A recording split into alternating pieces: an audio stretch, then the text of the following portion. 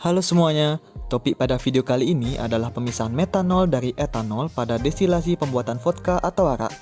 Selanjutnya yuk perkenalkan nama anggota kelompok 31.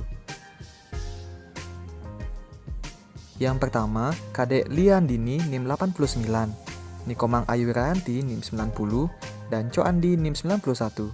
Baik, pada video ini yang kami implementasikan adalah destilasi pada pembuatan arak. Sebelumnya, apa sih destilasi itu? Jadi, destilasi adalah suatu metode pemisahan bahan kimia berdasarkan perbedaan kecepatan atau kemudahan menguap bahan. Dalam destilasi, campuran zat dididihkan sehingga menguap, dan uap ini kemudian didinginkan kembali ke dalam bentuk cairan. Zat yang memiliki titik didih lebih rendah akan menguap lebih dulu. Selanjutnya, prinsip dasar pemisahan destilasi adalah pada perbedaan titik didih dan tekanan uapnya, di mana titik didih akan mempengaruhi daya penguapan atau volatilitas suatu senyawa, sehingga campuran yang terdiri dari beberapa komponen yang memiliki titik didih yang berbeda dapat dipisahkan dengan cara diuapkan. Minuman beralkohol menurut Peraturan Presiden Nomor 74 Tahun 2013 didefinisikan sebagai suatu minuman yang mengandung etil alkohol atau etanol atau C2H5OH yang diproses dari bahan pertanian mengandung karbohidrat dengan cara fermentasi. Salah satu minuman yang mengandung alkohol adalah arak.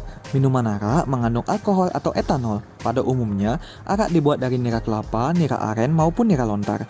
Namun, ada pula arak yang terbuat dari beras atau beras ketan dengan proses fermentasi. Spesifikasi minuman ini berupa cairan jernih, tidak berwarna, dan cita rasa alkohol yang kuat. Selanjutnya, pada pemisahan metanol dari etanol, diketahui metanol memiliki titik didih sebesar 64,7 derajat Celcius dan etanol memiliki titik didih sebesar 78 derajat Celcius. Proses destilasi bertujuan untuk memisahkan metanol dari etanol. Kemudian, dengan titik didih tersebut, maka pemanasan dengan suhu 64,7 derajat Celcius akan memisahkan metanol dari etanol. Berdasarkan kajian, kadar etanol maksimal proses destilasi biasanya sebesar 95,6% dan bersifat larutan azeotropik. Selanjutnya merupakan komponen alat destilasi. Yang pertama, pemanas, lalu labu destilasi, still head, termometer, kondensor, air dingin masuk, air dingin keluar, labu distilat, vacuum, still receiver, pengontrol panas dan pengadukan, gas inlet, wadah labu destilat, steering means, dan cooling bed. Mekanisme kerja pemisahan metanol dari etanol pada destilasi pembuatan arak. Pertama-tama, siapkan dan susun alat destilasi.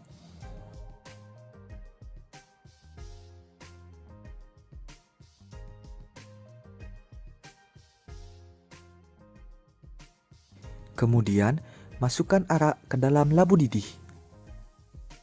Lalu, pasangkan termometer yang nantinya akan mengukur temperatur dari arak tersebut. Selanjutnya, nyalakan api. Saat dipanaskan, suhu dari arak tersebut akan mulai meningkat.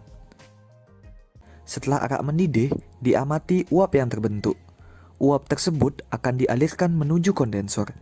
Lalu, uap akan didinginkan oleh air pendingin yang mengembun kembali menjadi titik atau tetes cairan. Kemudian, titik atau tetes cairan yang keluar akan masuk ke dalam wadah penampung, yakni Erlenmeyer. Baik, selanjutnya adalah ilustrasi pemisahan metanol dari etanol pada destilasi pembuatan arak. Metanol akan lebih dulu menguap karena memiliki titik didih yang lebih kecil daripada titik didih etanol. Setelah mengalami pemanasan, metanol akan terpisah dari arak tersebut akan menjadi uap saat suhu mencapai titik didihnya. Kemudian, uap air tersebut akan didinginkan dalam kondensor dengan mengirimkan uap panasnya ke udara dan kembali ke fase cairnya. Kini, fase cair tersebut ada dalam bentuk metanol murni atau distilat.